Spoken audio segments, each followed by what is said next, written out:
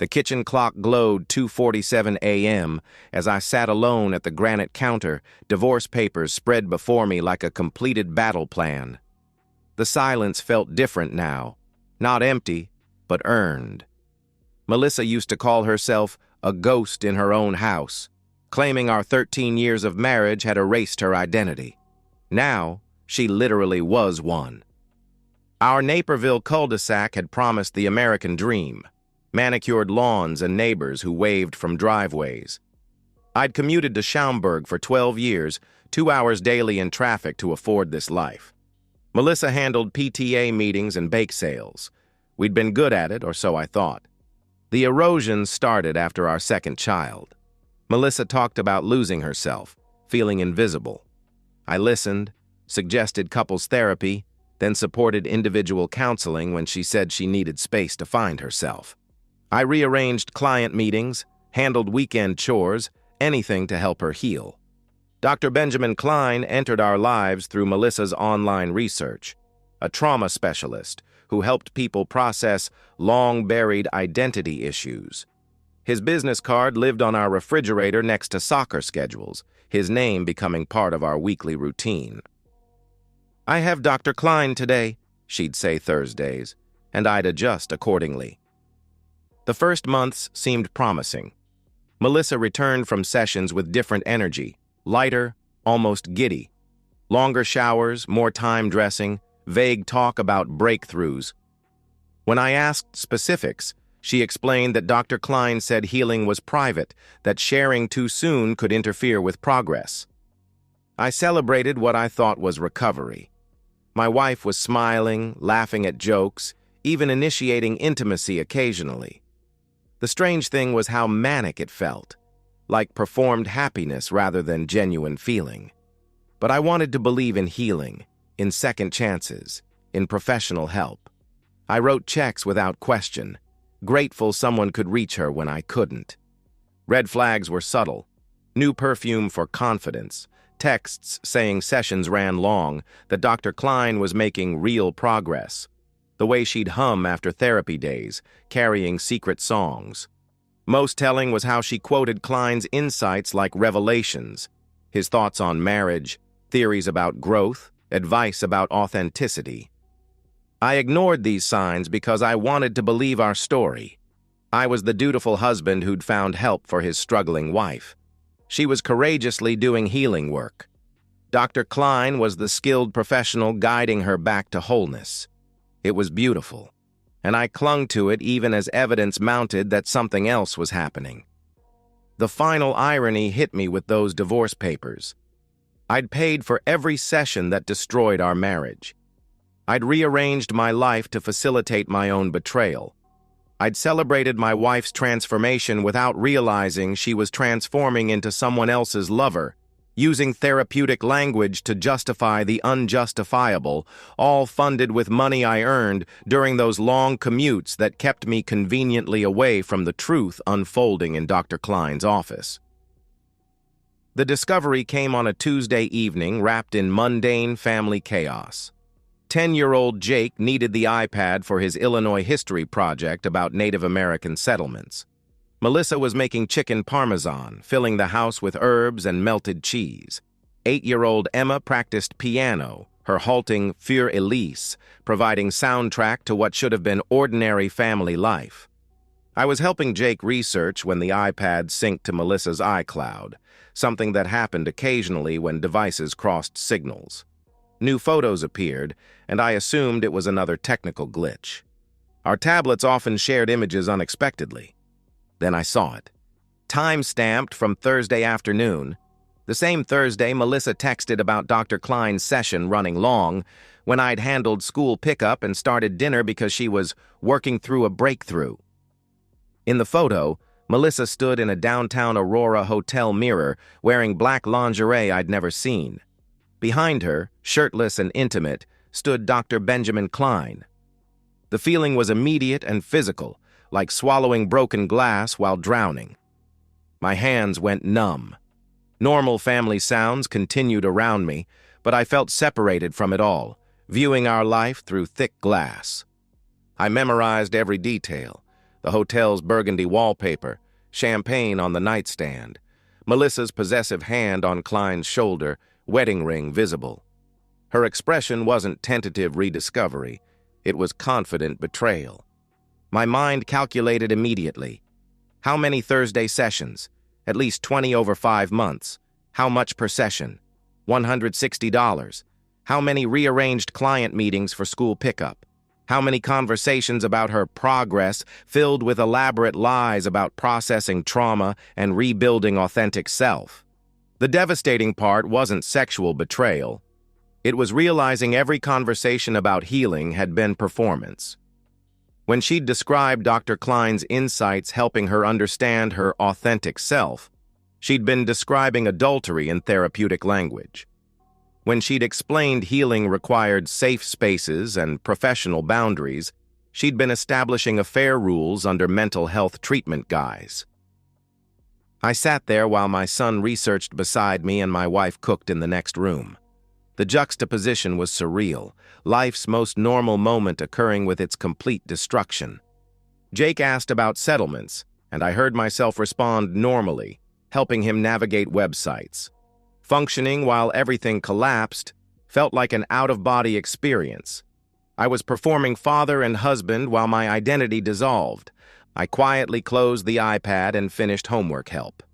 At dinner, I complimented Melissa's cooking while she described her productive session with Dr. Klein, nodding supportively while knowing exactly what productivity meant. Internally, something fundamental shifted. The hopeful husband was gone, replaced by someone who understood hope was a luxury I couldn't afford. Tucking my children into bed that night, I made the decision that would define everything. I wouldn't confront Melissa until I had everything needed to win. The transformation from betrayed husband to methodical investigator happened overnight. By Wednesday morning, I was researching private investigators during lunch breaks, using incognito browsers with the precision of someone who'd learned trust was liability. A former colleague had mentioned Russ Karpinski, an ex-cop who specialized in delicate situations requiring documentation. I met Russ at a Schaumburg Denny's Saturday morning. He was exactly Central Casting would order, gruff, weathered, possessed of cynicism from seeing humanity's worst professionally. When I explained the situation, showing the iPad photo I'd transferred to secure email, he didn't blink. "Therapist banging his patient," he said, stirring sugar into coffee strong enough to dissolve metal. "Classic boundary violation. Your wife's not the first to confuse healing with screwing. Klein's definitely not the first shrink taking advantage. What do you want accomplished?" I wanted everything. Documentation of the affair, evidence of Klein's ethical violations, timeline proving pattern and intent, financial records showing how I'd unknowingly funded their relationship. Most importantly, proof that would protect my children from a mother who'd prioritize adultery over parental responsibility. Russ explained the process with clinical detachment. Surveillance would establish routine and provide photographs. Financial investigation would trace hotel payments. Digital forensics might recover deleted communications if I gained device access. His retainer fee made me wince, but compared to what I'd spent on Klein's sessions, it felt like investing in justice. Simultaneously, I consulted Margaret Holloway, a Wheaton divorce attorney whose reputation for infidelity cases was legendary and expensive. Her glass and steel office was designed to intimidate, and Margaret was exactly who you'd want during warfare disguised as legal proceedings. "Illinois is no-fault divorce," she explained, "but adultery factors into custody and asset distribution, especially with evidence of poor judgment affecting parental duties. What you've shown suggests marital misconduct and potential psychological manipulation. We need to document everything, not just the affair, but how it impacted her mothering." Margaret outlined strategic timeline. Continue gathering evidence while maintaining normalcy. Document every instance Melissa chose therapy over family obligations. Photograph household conditions. Keep detailed parental neglect records. Protect assets by opening separate accounts, establishing my role as stable, financially responsible parent. The next 3 months became compartmentalization masterclass. At home, I remained supportive husband, praising Melissa's progress, while internally cataloging lies. I took additional household responsibilities, which she accepted, claiming therapy was emotionally exhausting. I documented these conversations, noting how she used psychological terminology, justifying increased selfishness. Russ's surveillance revealed predictable, enraging patterns. Thursday afternoons weren't the only meetings. Melissa and Klein met Tuesday mornings when kids were in school, occasionally Saturdays during her errands. Aurora Hotel was primary, but they'd used Klein's office after hours and once dined in Naperville, 2 miles from home. Evidence photographs were professionally thorough, entering and leaving hotels, Klein's hand on her back through parking lots, Melissa checking mirrors before meetings. Most damaging were images from days she'd claimed sickness, canceling family plans for affair schedules. Surveillance captured audio through Klein's habit of leaving car windows open during calls. Russ recorded conversations where they discussed their relationship with shocking casualness. They joked about my naivety, Klein calling me perfect old husband, Melissa laughing about how I thanked her for therapy work. They discussed future plans, Klein suggesting they could continue indefinitely maintaining professional appearances. Most damaging evidence came from building security footage Russ obtained through hotel management contacts. Videos showed their routine explicitly: staff familiarity, comfortable navigation, intimate elevator interactions. These weren't random encounters, but calculated, ongoing adultery conducted with sustainable betrayal efficiency. By February, I had 3 months documentation: hotel receipts from Klein's credit records, hotel staff testimony. Margaret drafted divorce papers reading like indictments, detailing adultery, emotional abandonment, financial deception, and prioritizing extramarital relationships over parental duties. The difficult part wasn't gathering evidence, it was maintaining normalcy while fury consumed me. Every morning, watching Melissa dress for fake sessions, knowing she chose clothing Klein would remove in hotels I indirectly funded. Every evening, listening to elaborate insights about marriage and authenticity, understanding she was describing betrayal in therapeutic language. But patience was power. Reviewing final surveillance reports in March, I realized Melissa and Klein had grown so comfortable they'd become careless. 3 months of meticulous documentation was about to destroy their affair and futures. The question remaining was execution timing. Friday morning, March 15th, arrived with crisp spring air that usually made me optimistic about beginnings. The irony wasn't lost as I prepared to end my marriage on a day feeling like renewal. I'd chosen timing carefully, both kids in school, giving Melissa hours to process without traumatizing Jake and Emma. The process server arrived exactly at 7:30 a.m. as Melissa packed lunch boxes and reminded kids about after-school activities. I watched from the living room as she opened the door, expecting package delivery and receiving legal papers that would shatter her double life. Her face went through rapid expressions: confusion, recognition, then primal panic. "Daniel?" she called, voice breaking. "What is this?" I walked into the kitchen where she stood frozen, divorce papers scattered across the counter next to Emma's cereal bowl. Kids were upstairs getting backpacks, normal morning chatter filtering down, blissfully unaware their family was disintegrating. "It's exactly what it looks like," I said, voice steady in surprising ways. "I know about Dr. Klein. The Aurora Hotel. Every Thursday afternoon, Tuesday morning, and Saturday you've spent with him instead of your family." Melissa's denial was immediate, desperate. "I don't know what you're talking about. Dr. Klein is my therapist. Whatever you think you know, you're wrong." I reached into my prepared briefcase and spread photographs across granite.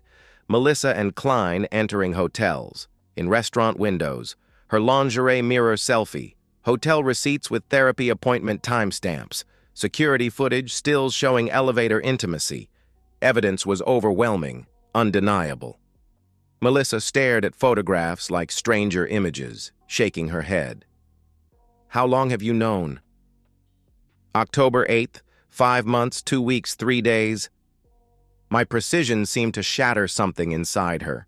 She sank into a kitchen chair, surrounded by betrayal evidence and Friday morning normalcy, lunch boxes, brewing coffee, refrigerator covered with children's artwork and Klein's business card.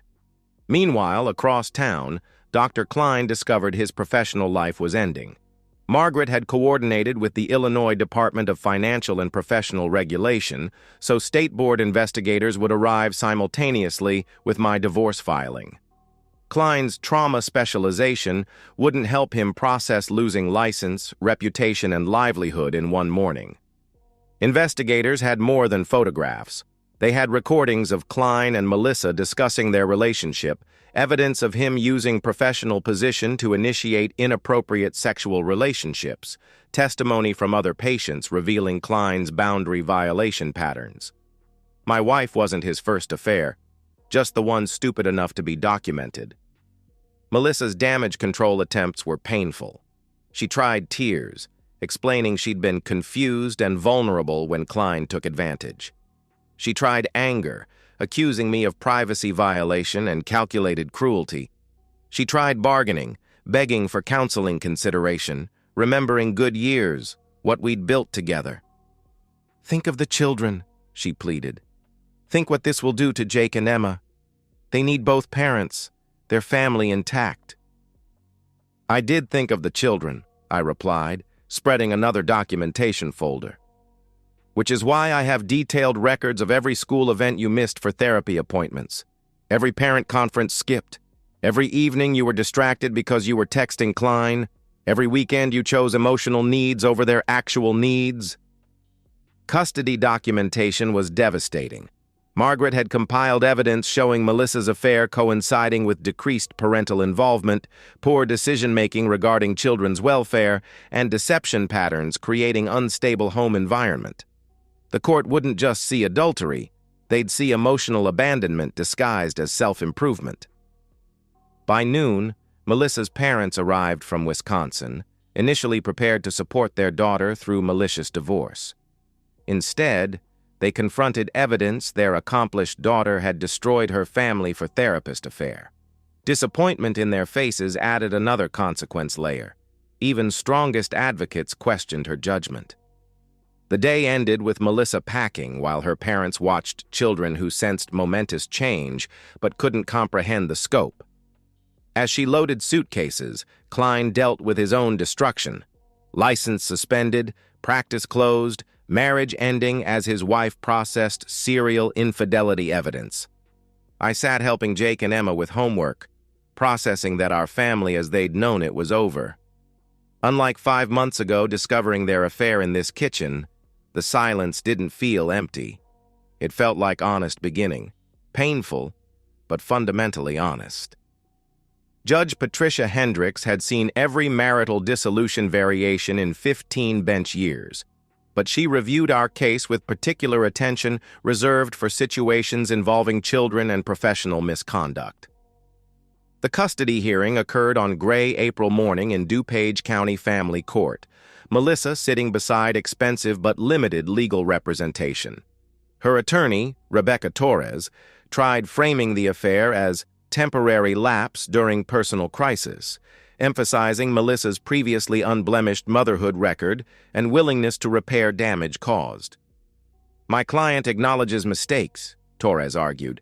"She recognizes personal struggles led to poor judgment and deeply regrets family impact.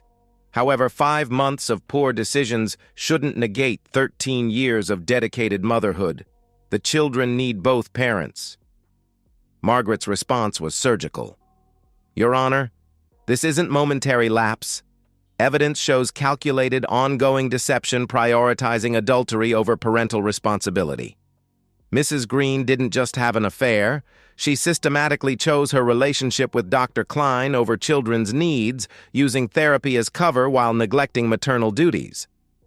Evidence presentation was devastating. Margaret showed how Melissa's therapy schedule, consistently conflicted with parental obligations.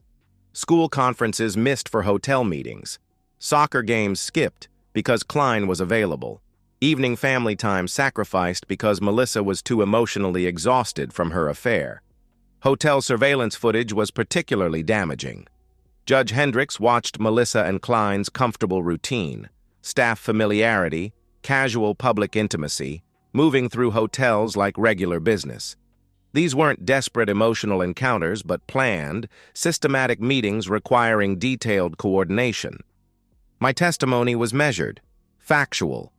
I detailed specific instances where Melissa chose therapy over parental duties, missing Emma's school play for Klein's Tuesday cancellation, skipping Jake's parent conference for breakthrough discussion, leaving anniversary dinner early to process with her therapist at Aurora Hotel.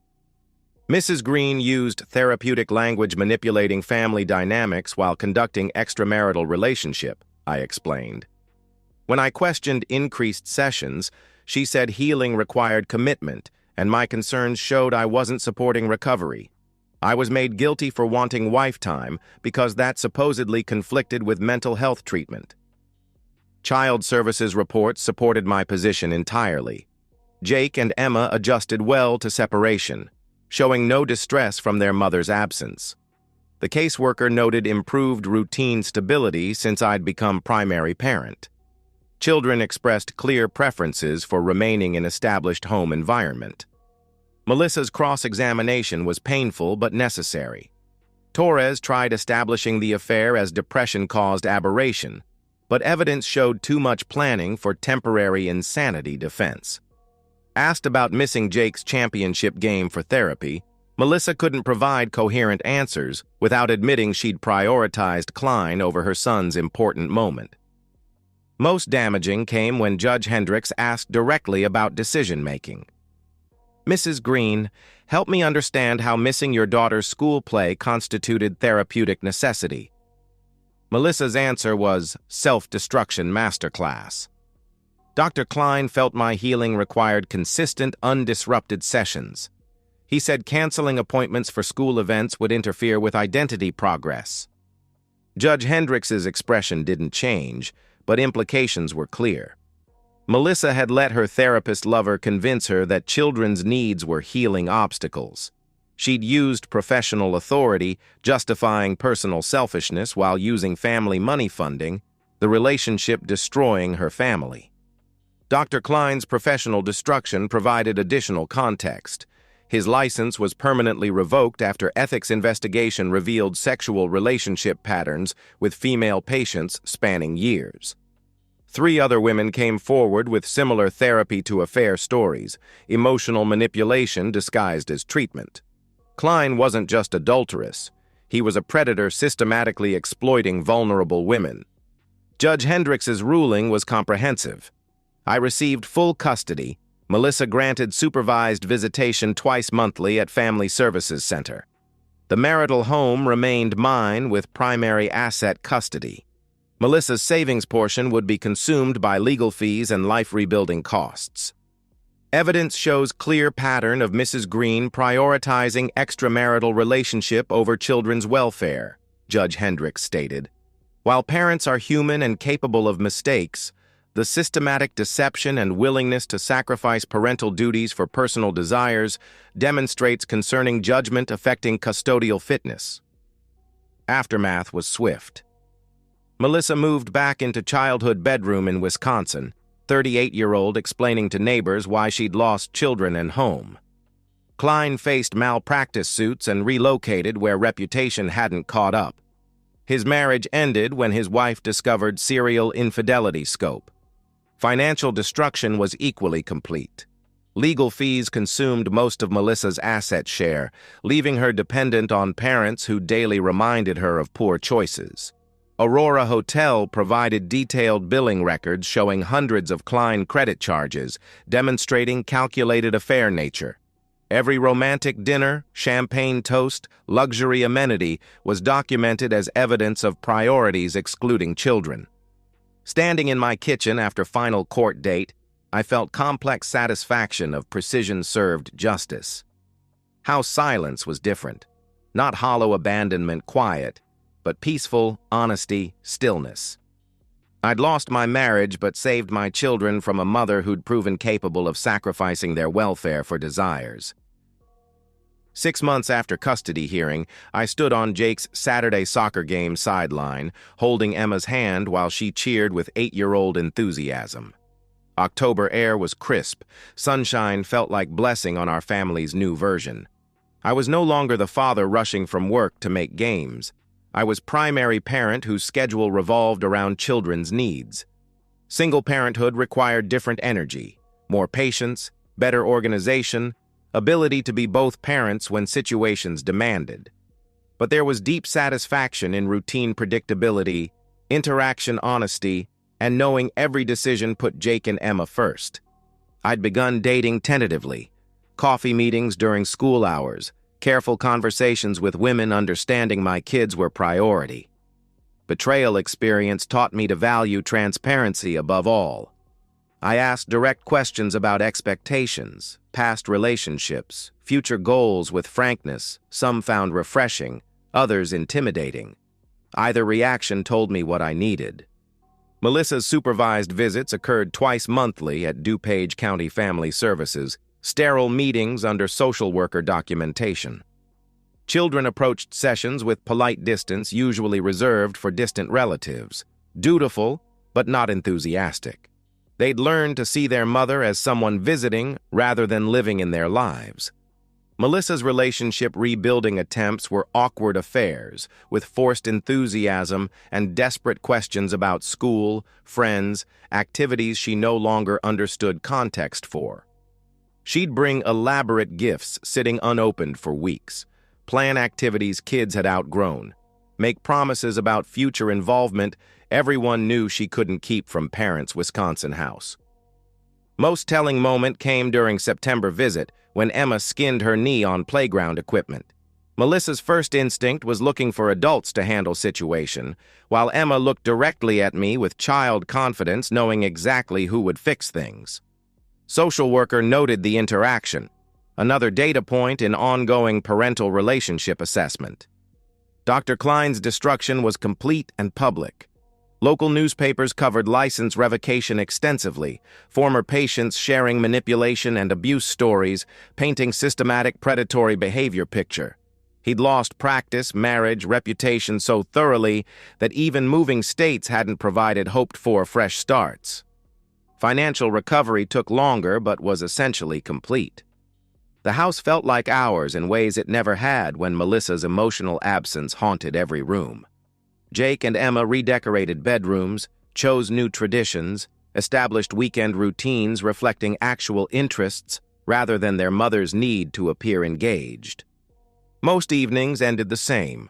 Homework at kitchen table where I'd discovered Melissa's betrayal, dinner conversations about school and friends, bedtime routines in rooms holding only honest memories. I'd learned braiding Emma's hair, navigating Jake's complex math, handling 1,000 small crises requiring parental attention. House itself transformed from secret festering place to Truth Foundation 1. Family photos showed only 3 of us, honest documentation of family we'd become rather than maintained illusions. Refrigerator held school schedules, pizza menus, emergency contacts, practical life documentation built on reality rather than deception. Standing in my bedroom each night, I'd close doors on space once holding marriage artifacts built on lies. Wedding photos including woman performing love while planning betrayal, anniversary gifts bought while she established double life, decorative items creating happiness illusions where honesty was absent. Now, tucking Jake and Emma into beds and home unquestionably theirs, I understood that while I couldn't save marriage, I'd successfully protected life's most important parts. Children who fell asleep knowing their father would be there mornings, ready for whatever next day brought. House sheltering honesty instead of harboring deception. Future built on truth rather than beautiful lies collapsing under reality's weight. And so, we've reached the end of today's story. Was it what you expected, or did it take a twist you didn't see coming? I'm curious to hear your thoughts. Share them in the comments below, and let's get a conversation going.